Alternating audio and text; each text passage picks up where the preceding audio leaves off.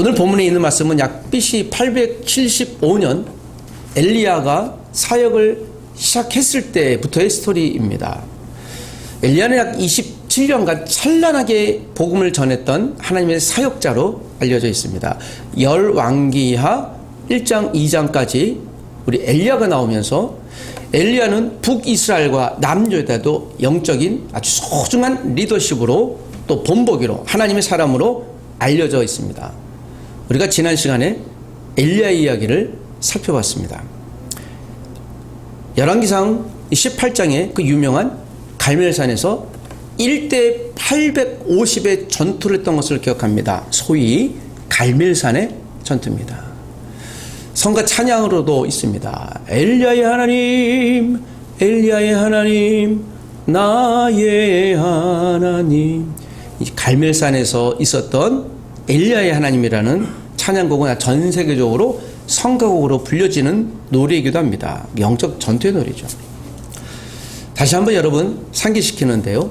열왕기상 18장의 갈멜산에서의 전투는 다른 성경에서 아말렉과의 전투 또 홍해도와의 전투 이상의 버금가는 아주 휘황찬란한 스펙타클하고 또 감동 있는 내용이기도 합니다.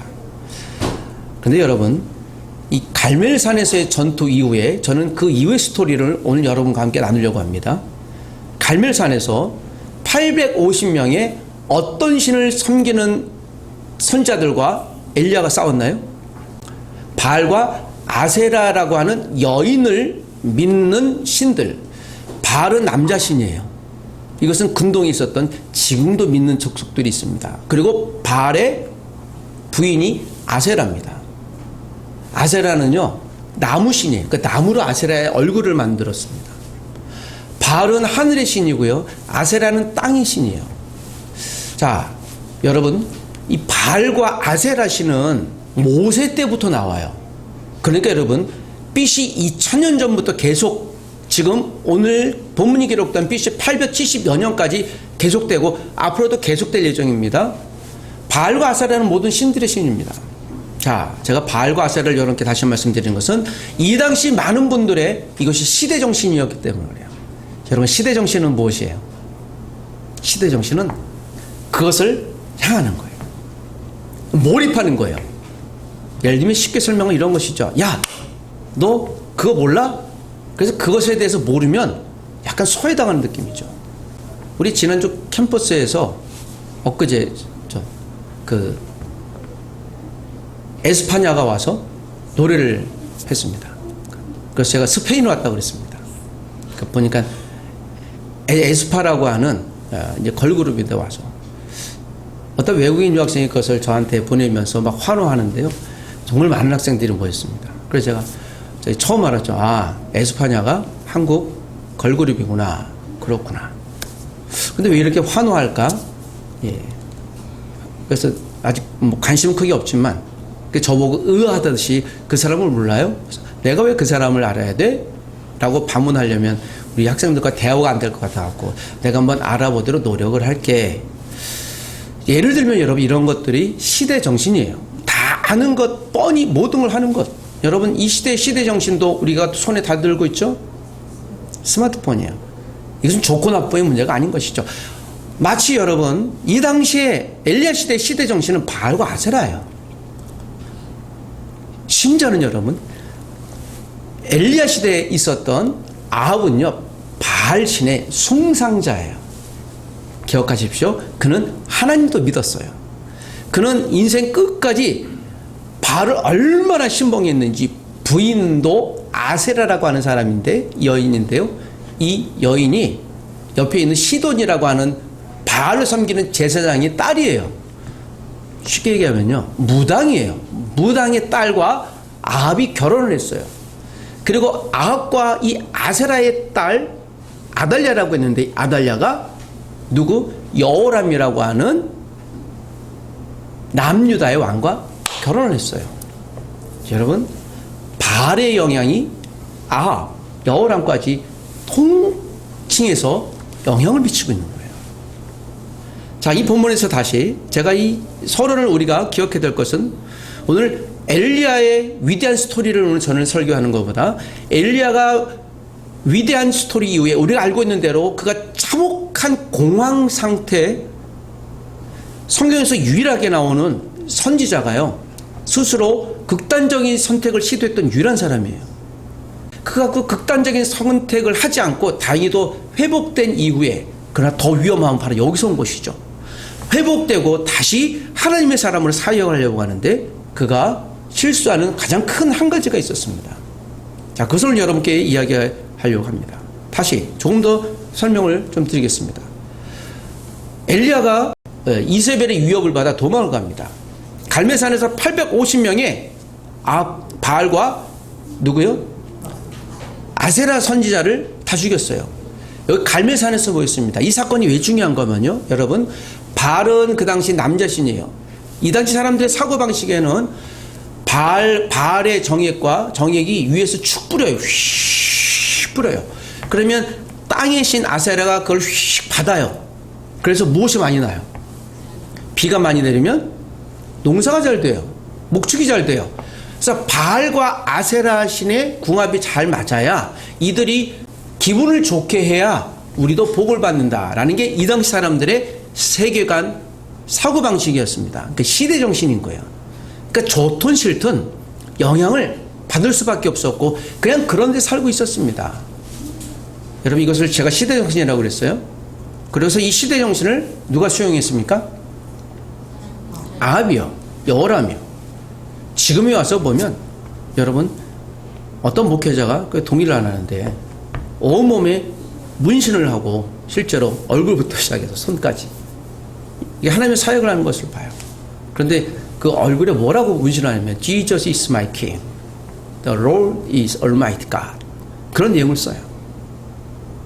그래서 제가 그랬죠. 저분은 구원받은 목사인지 모르겠다. 내가 보면 저분은 지옥 갈 사람인 것 같아 보인다. 성경에는 타투나 이런 걸 저주하고 있잖아요. 그 방법이 틀린 거예요. 그분이 얘기했길 이래요. 이것이 우리의 시대 정신이다. 그래서 사람들하고 소통하지. 잘못된 거죠. 자, 오늘 이 당시에 바알과 아세라는 걸 여러분께 설명드리면서, 바알과 아세라 850명의 선지자를 죽였다는 건 뭐예요? 하나님의 이것은요, 이 당시 있을 수 없는, 전국에 있는 네노라는 바알과 아세라, 즉 아합과 이 근동의 시돈 모든 신들을 오직 한 사람, 엘리야 한 사람이 극복해낸 거예요. 이건 위대한, 아마 세계 전쟁사에서 이처럼 위대한 일 없을 거예요.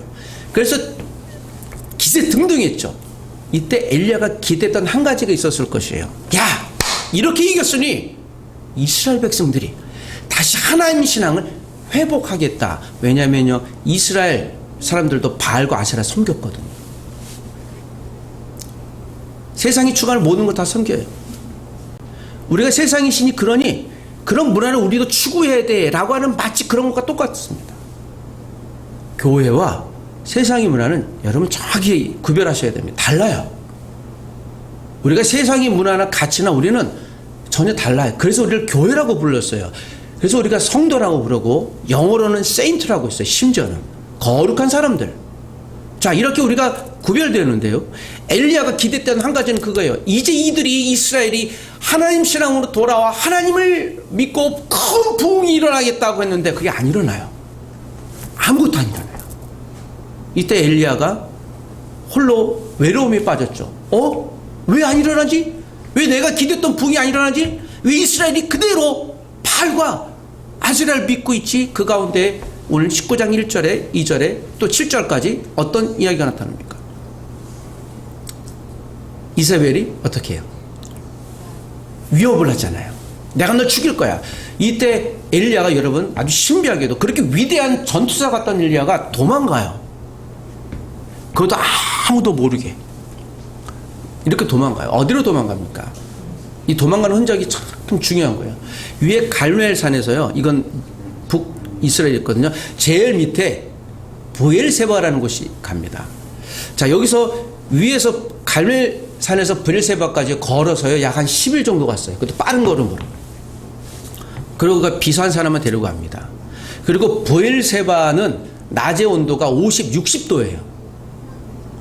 그리고 브엘세바에 도착하자 하루 길을 더 가요. 그리고 소위 말하는 어떤 나무?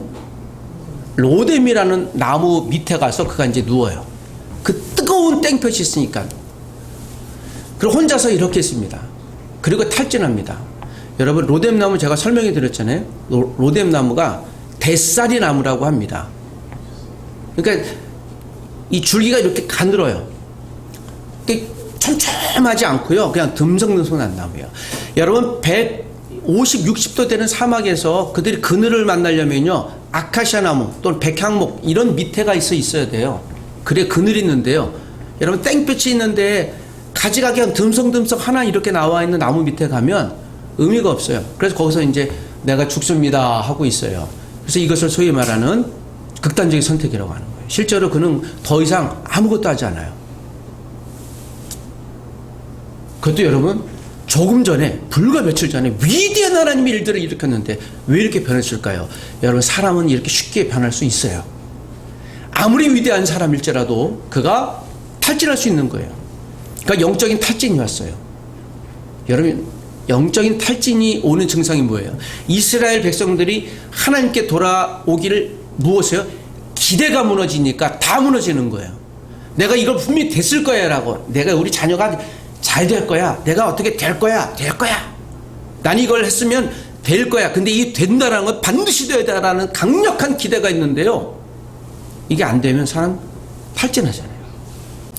오늘 엘리야가 기대가 넘어지니 탈진이 오고 상실했습니다. 그리고 극단적인 선택을 한 것이죠. 그리고 이때 우리가 알고 있는 하나님께서 누구를 보내? 천사들을 보내 먹이고 입히고 재웠어요.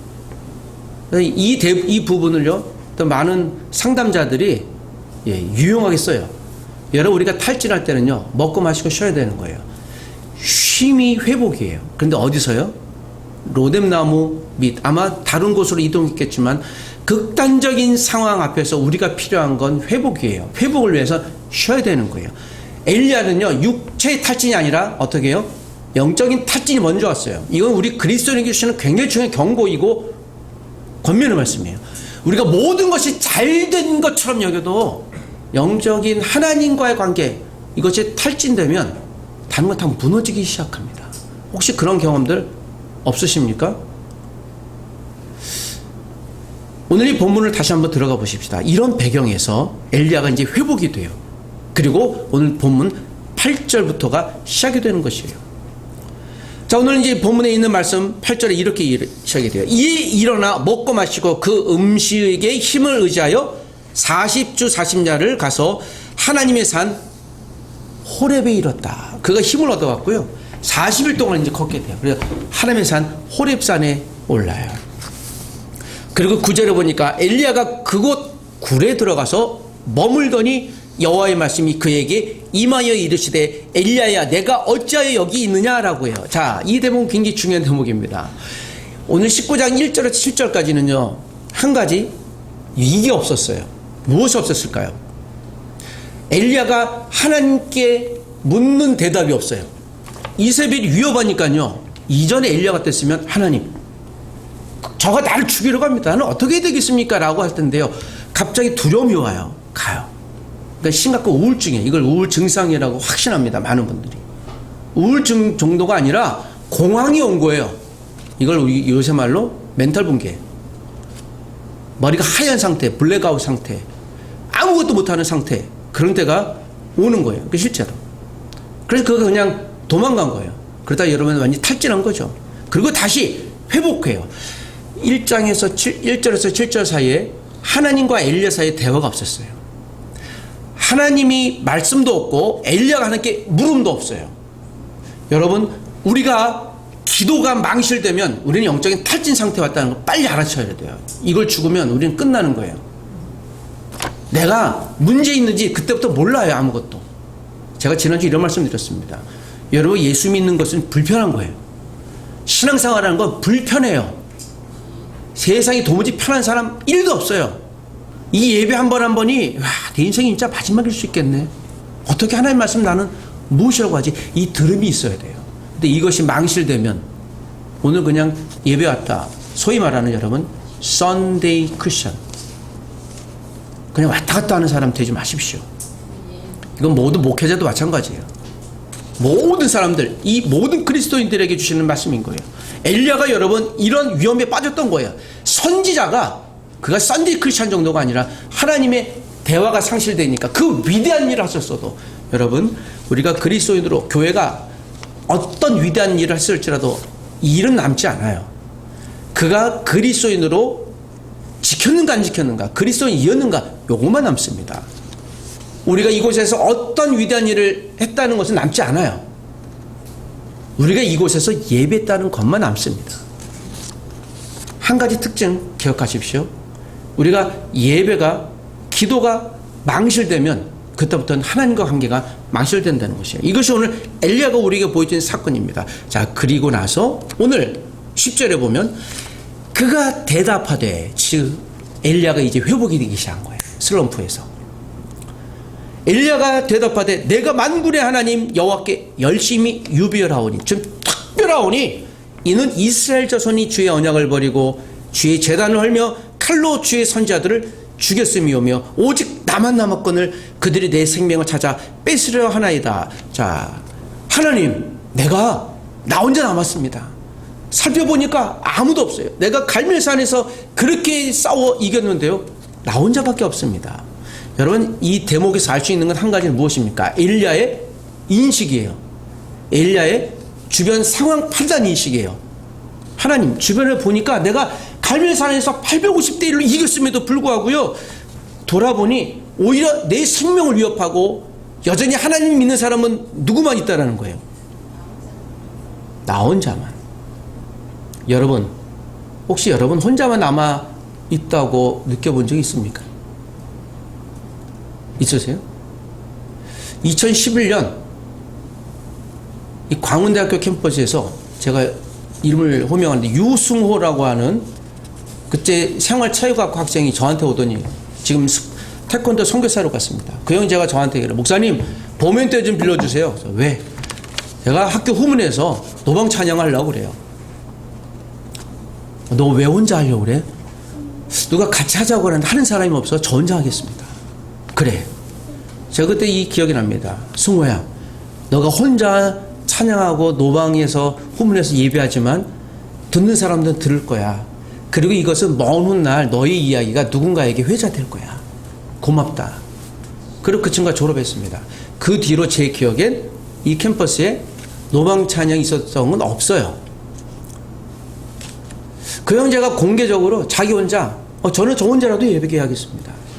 제가 그 젊은 형제의 25살짜리 도전이 여전히 내 마음에 남아있어요. 그래, 혼자 됐을지라도 예배를 지켜야 되겠구나. 여러분, 주변의 상황을 살펴보지 마세요. 하나님과 관계는 1대1이에요. 아무도 없어요. 부인이나 남편이나 자녀나 부모나 목회자나 그래서 간섭해 주지 않습니다. 우리는 하나님께 1대1로 서야 돼요. 엘리야가 거기서 실수했어요. 주변에 사람들이 없거든요. 반응이 있어야 되는데 없네요. 여기 탈진이 온 거예요. 기대가 완전히 무너진 거예요. 우리는 기대가 무너지면 탈진해요. 더 위대한 탈진은 이것이에요. 하나님 말씀을 잃어버렸을 때요, 그가 하나님 앞에 기도하기를 잃어버렸어요. 그리고 탈진이 온 것이죠. 그리고 다시 회복이 돼요. 여러분, 다시 회복이 됨에도 불구하고 엘리야의 인식 체계는 뭐예요? 여전히 사람들은 없다예요. 여전히 하나님, 나 혼자 있습니다. 나 혼자인데 내가 무엇을 해야 되겠습니까? 라고 하는 거예요. 자, 19장 11절에 그래서 이렇게 말씀이 등장합니다. 여러분, 11절 다시 한번 하나님이 어떻게 말씀하는지 한 번 더 마음을 열어 읽어보십시다. 자, 11절 말씀입니다. 다 같이 시작. 여호와께서 이르시되 너는 나가서 여호와 앞에서 산에 서라 하시더니 여호와께서 지나가시는데 여호와 앞에 크고 강한 바람이 산을 가르고 바위를 부수나 바람 가운데 여호와께서 계시지 아니하며 바람 후에 지진이 있으나 지진 가운데서도 여호와께서 계시지 아니하며, 한 번 더 12절, 또 지진 후에 불이 있으나 불 가운데서도 여호와께서 계시지 아니하더니 불 후에 세미한 소리가 있는지라. 자, 여러분, 엘리야가 회복하는 중요한 단서입니다. 하나님 앞에 섰어요. 그가 하나님께서, 하나님, 나 혼자 남았습니다. 이제 내가 회복해서 다시 하나님께 설 수 있습니다. 하나님, 나에게 증표를 보여주십시오. 그렇게 고백했던 것이에요. 그때 여호와께서 엘리야에게 얘기합니다. 야, 내 앞에 서라. 호렙산에 섰습니다. 여호와께서 지나가시는데요, 크고 강한 바람이 느꼈어요. 그러니까 하나님의 임재, 크고 강한 어떤 바람인지 모르겠지만 모세처럼 크고 강한 하나님의 은혜를 느낀 거예요. 그런데 거기에 계시지 않은 거예요. 하나님의 증상, 역사는 일어난 것 같은데 하나님이 안 보이셨던 것이요. 그리고 다시 바람 가운데 또 보는데요, 계시지 않아요. 그리고 지진 가운데서도 계시지 않아요. 불 가운데서도 계시지 않아요. 이 세 가지 신변이를 본 거예요. 보통 같았으면, 불이 나고 지진이 나면 와, 하나님이 역사셔 라고 할 텐데요, 엘리야의 영성이 이제 회복되기 시작하는 거예요. 그가 환경에 반응하지 않고 하나님이 계시지 않은지를 이제 관찰하기 시작한 거예요. 여러분 혹시 설교하는 제 가운데 하나님 계시겠습니까? 계세요, 안 계세요? 안 계신다고 얘기하시는 분들이 있을지 모르겠어요. 계신다는 분도 있을지 모르겠어요. 그러나 제 가운데 설교하는 저는 알아요. 하나님이 제 가운데 계시면 나는 믿습니다. 모든 분들이 없다고 얘기할지라도 난 거기 관심 두지 않아요. 왜냐하면 이 말씀을 제가 벌써 2주 전부터 준비했거든요. 하나님 이 말씀을 통해 역사해 주옵소서. 여러분, 하나님이 계시지 안 계신지는 누가 알아요? 오직 누구만 합니까? 나만 압니다. 우리는 다른 사람이 나를 속일 수는 있어요. 그가 믿음이 없는 것은. 그러나 내가 하나님이 내 안에 계시는 건 누가 알아요? 예, 올림이 나만 알아요. 여러분 1대1로 하나님 서셔야 돼요. 그래서 여러분 말씀을 스스로 읽으셔야 됩니다. 그래서 배우셔야 돼요.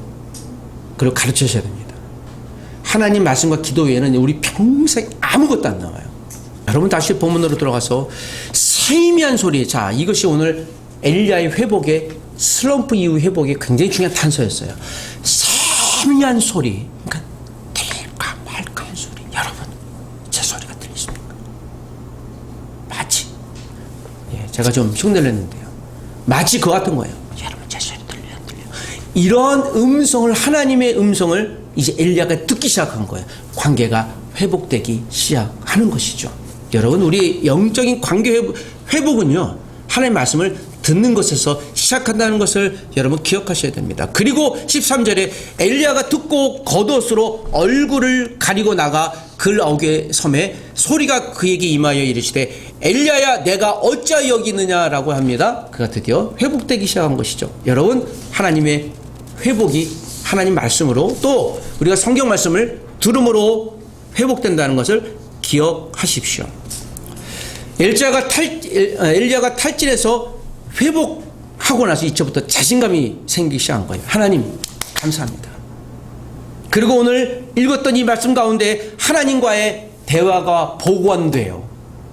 여러분 기도했던 사람은요, 해본 사람은 비록 기도가 멈춰질지라도 다시 회복할 수 있어요. 그래서 지금 경험이 중요한 거예요. 우리가 하는 그 경험을 누군가에게요 보여줄 수 있어야 될 것입니다. 위장 질환이 있는 분이 있었어요. 의사가.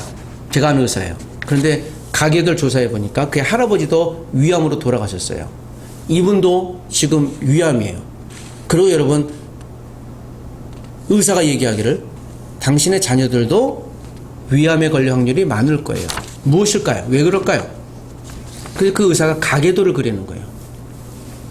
제가 오후에 이야기를 하려고 하는데요, 여러분 가계에 흐르는 저주가 있을까요, 없을까요? 저주가, 그럼 가계에 흐르는 축복이 있을까요, 없을까요? 이분이 이 가계도를 그린 의사가, 이거 의학 과학이에요. 가계도는 또 요 근래는 영적인 가계도라고 해서 실제 요 과학적으로 증명해내는 게 심리학에서 일어났어요. 제가 이제는 우리가 이 가계에 대한 부분들을 과학적으로 증명해내려고 하는구나. 그러니까 요 부분이에요. 여기 데이터가 있으면 증명되거든요. 여러분 병원에 가시면 제일 먼저 초진할 때 반드시 물어보잖아요. 혹시 가족에서 이런 질환을 갖고 계신 분 있습니까? 반드시 물어보잖아요. 이걸 가족력이라고 하는 거예요. 가계도. 여러 위장질환이 있었던 분은 그 할아버지 아버지도 위암이 있었고 이제 자녀들도 위암이 있을 확률이 조심하라 그래요. 왜 그럴까요? 단 한 가지예요. 의사가 얘기하는 건 짠 음식 먹지 마세요. 이건 무슨 얘기일까요? 가게에 흐르는 저주가 있는 게 아니라 가게가 갖고 있었던 무엇이에요? 습관이에요. 습관인 걸 결정하는 그걸 바꾸라는 거예요. 어떤 분들은 영적인 가계도를 그려요. 예를 들면 무당이 있었어요. 조상 중에. 그런데 그 자녀도 영적인 어떤 체험을 해요. 무교적인. 그리고 그 다음 자녀들도 그래요. 그래서 이 영적인 저주가 있구나. 이걸 끊어야 되는구나. 라고 얘기를 합니다. 자, 이것이 맞을까요? 가게에 흐르는 저주가 있을까요? 역설적으로 여러분, 제가 직접 본 사람입니다. 제가 전도한 사람이니까. 어머님이 무당이었습니다. 그래서 제가 이분이 이 자녀가 집사님이거든요. 그래서 집사님 저한테 전도해달라고 그래서 이거 그만두시죠 하니까 그분이 그래요. 제가 그래도 3년은 더 하셔야 돼요. 왜요? 3년은 더 해야 내가 은퇴할 건데 지금 먹고 살 게 없어요. 근데 3년 동안 먹고 살 거를 점치며 먹고 살 거를 하나님이 해줄 테니까 당장 나오세요. 그분이 딸 집사님과 함께 교회 나와서 신앙생활 잘했던 걸 저는 마지막까지 잘 봤어요. 여러분 점이 안 나와요. 가게가 교회 나온 데부터 하지 않는 거예요. 여러분 가게에 흐르는 저주가 맞다면 이 딸도 어떻게 해야 돼요?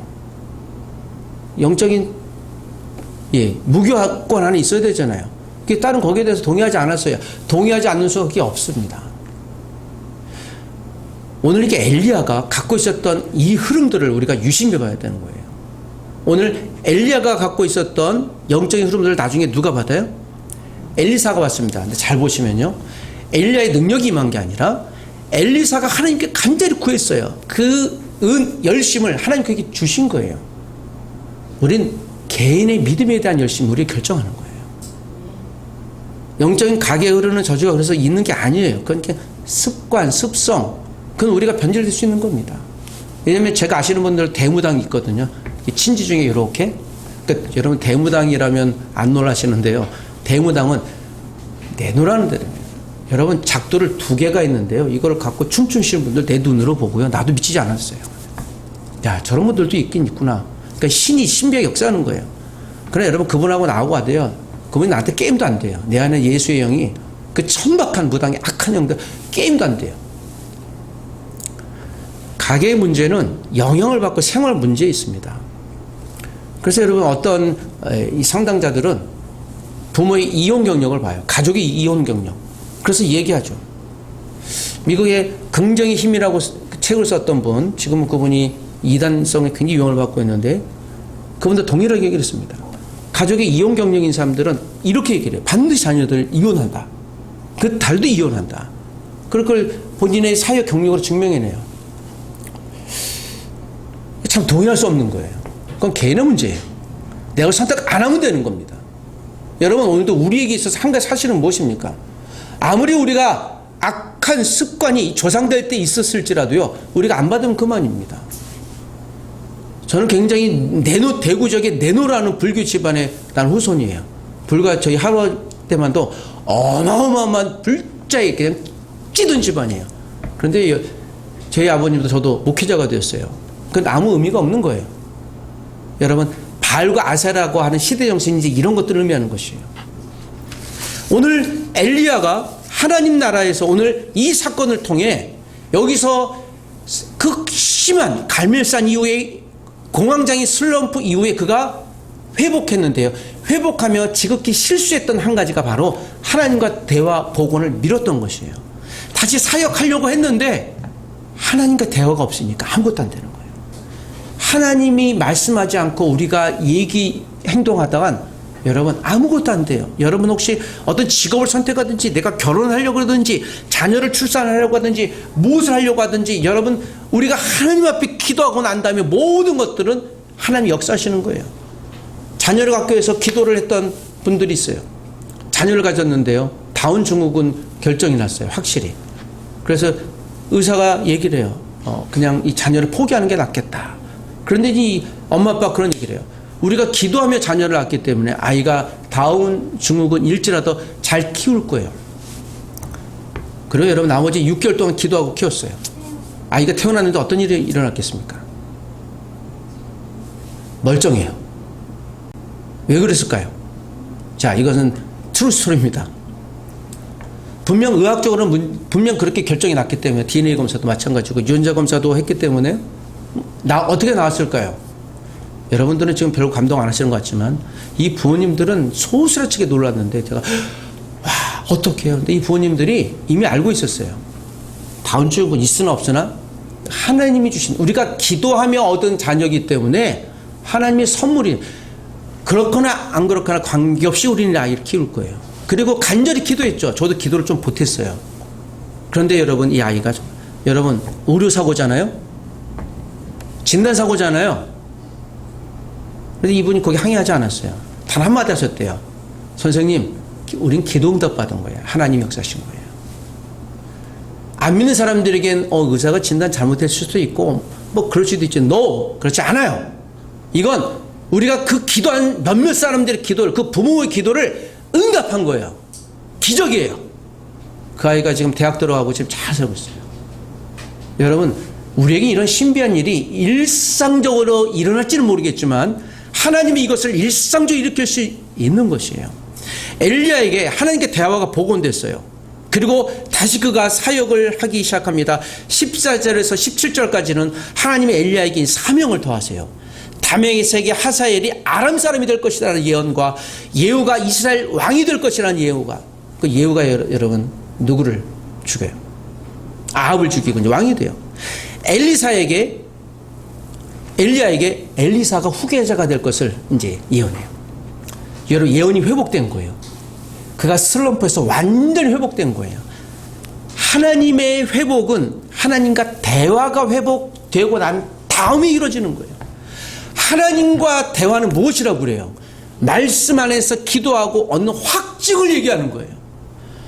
오늘도 부족하지만 제가 이 설교문을 만들기 위해서 그래도 나름대로 기도하고 고민하고 찾아보고 하면서 갖고 온 거예요. 제가 설교를 실수하고 잘못할지 몰라도 설교 준비할 때는 그래도 기뻐요. 내가 또 깨달음이 있고 알음이 있고 그래 이렇게 살아야지. 여러분 오늘 하나님의 말씀이 저와 여러분을 반드시 마음을 움직이시길 부탁드립니다. 마음을 부디 열으셔야 돼요. 그래 나도 슬럼프가 칠 때 이렇게 회복해야 되겠구나. 그리고 여러분 18절에 이런 말씀이 있어요. 마지막 18절 한 번 더 읽어보십시다. 시작. 그러나 내가 이스라엘 가운데서 7,000명을 남기리니 다 발에게 무릎 꿇지 아니하고 발에게 입 맞추지 아니한지라. 하나님이 드디어 비밀을 알려주세요. 여러분 엘리야가 제일 상심했던 것이 무엇이에요? 오직 누구만 있다. 나만 있다. 하나님 아무도 하나님 있는 사람이 없어요. 하나님이 알려주셨잖아요. 너 그렇지 않다. 몇 명이? 7,000명이 있다는 거예요. 엘리야는 왜 못 봤을까요? 왜 7,000명인지 몰랐을까요? 엘리야가 하나님께 물어본 적이 없어요. 하나님 나 외에 내가 외로움에 빠지니까 오직 나만 있어요. 왜 날 안 챙겨줘? 나 얼마나 외로운데. 여러분 외로움은 정상적인 감정이지만 외로움에 빠지고 안 빠지고는 나의 선택이에요. 여러분 외로움에 빠지는 걸 즐겨하지 마세요. 습관하지 마세요. 그게 우울증으로 가. 나중에 공황으로 와요. 그리고 나를 안 챙겨주면 이제부터 화가 나고 분노가 나요. 분노하는 사람 대표적인 거예요. 그렇게 수순으로 갑니다. 갈 필요 전혀 없어요. 여러분 외로울 때요 장미를 사십시오. 외로울 때요 하나님과 동행하십시오. 그 말씀을 보라는 거예요. 전 종교적으로 이 말씀 드리는 게 아니에요. 하나님 말씀에 여러분 위로한 나를 위로할 사람 nobody knows. 아무도 모르고 nobody anywhere. 아무도 없어요. 저도 여러분 이 말씀 있는 거예요. 여러분 이 대학에서 목사가 몇 명입니까? 한 명이에요.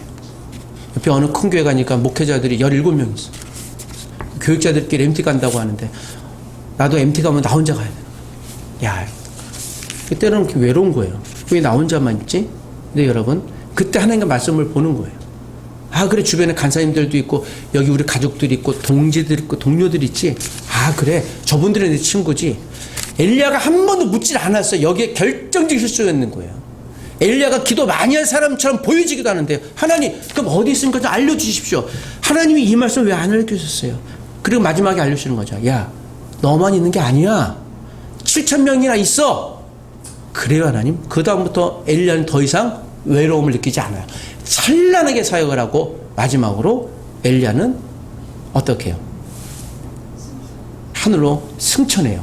위대한 사람이 증명으로 남는 것입니다. 여러분, 혹시 우리에게 내가 혼자 있었을지라도 공황이 있을 때, 외로움이 있을 때 빠지지 마세요.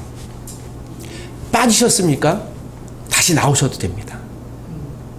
하나님과 대화가 회복이 되면, 복원이 되면, 내가 슬럼프 이후에 회복됐다고 즐거워하지 마십시오.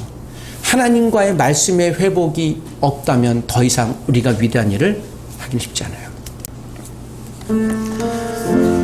5살 때 대구 FC와의 홈 경기 중에 갑자기 쓰러졌던 선수가 있습니다. 부정맥으로 쓰러졌어요. 저도 그때 그 경기를 좋아해서 TV를 봤어요.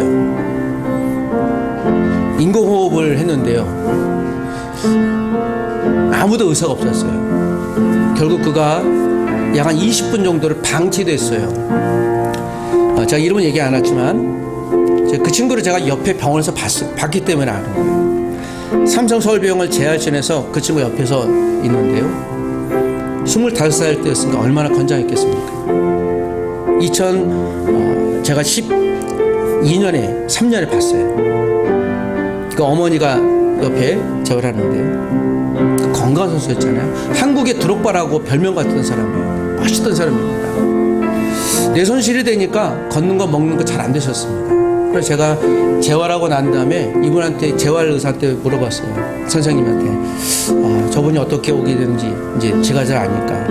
그런데 왜 저렇게 마르셨어요? 이분이 얘기를 합니다. 재활 의사가 아무리 건장한 사람일지라도 근력의 사람일지라도 일주일만 입원하면 이 사람 뼈만 남아요. 항생제는 일주일만 맞으면 모든 근육을 다 나갑니다. 아, 그렇구나. 그걸 다시 회복하려면 몇 년이 걸리는 거예요. 여러분, 우리가 육체적인 거 보이니까 다행이죠. 여러분, 혹시 영적인 근력은 지금 어느 정도입니까? 나는 혹시 뼈만 남은 상태가 아닌가요? 방치하면 근육이 없으면 여러분 쉽게 뼈가 부러져요. 쉽게 사망할 거예요. 근육은 하루아침에 강화되지 않아요. 그래서 우리가 헬스도 하잖아요. 육체 근력을 위해서. 재활훈련의 핵심은 반복이 있습니다. 예수님이 이렇게 얘기하셨죠. 너희는 이렇게 기도해라. 습관처럼 기도하라고 그랬어요. 믿음은 습관이에요. 우리가 습관적으로 하는 믿음이 결국 나예요. 10억 줄 테니 목숨을 달라고 하면 주시겠습니까? 여러분, 10억 줄 테니까 오늘 죽고요. 내일 없습니다. 내일과 10억 중에 무엇을 선택하시겠어요? 그래도 오늘 내가 10억 기껏 사용하고 죽겠습니까? 그런 사람 없을 겁니다. 오늘 저와 여러분에게 오늘은 10억 이상의 가치가 있는 거예요. 이 한 시간의 예배는요, 돈 10억 100억의 이상 가치가 있는 거예요. 아무도 안 바꾸잖아요. 바꿀 수가 없는 것이 않습니까? 여러분, 오늘 이 예배가 하나님 앞에, 하나님, 나의 가장 소중한 시간, 내 인생의 회복의 시간. 여러분, 슬럼프 가운데 있었을지라도 다시 회복을 기대하십시오. 회복하실 때 말씀의 회복 이외에 다른 걸 찾지 마십시오. 말씀 갖고 하나님 앞에 기도의 회복 안 되면 우리는 다시 여전히 영적인 공황 상태, 우울증 가운데 있는 상태, 여전히 분노하고 있는 상태, 내 스스로를 통제할 수 없는 상태에 있음을 기억하십시오. 엘리야 같은 하나님의 사람이 저와 여러분이 되어 하나님의 큰 은혜의 사역을 감당할 만한 사람이 될 것입니다. 여러분, 다시 한번 일어서시고 부디 회복해 주시고 하나님의 말씀이 내 인생을 이끄는 말씀의 앞잡이가 되기를 주의 이름으로 부탁드립니다. 기도하십시다.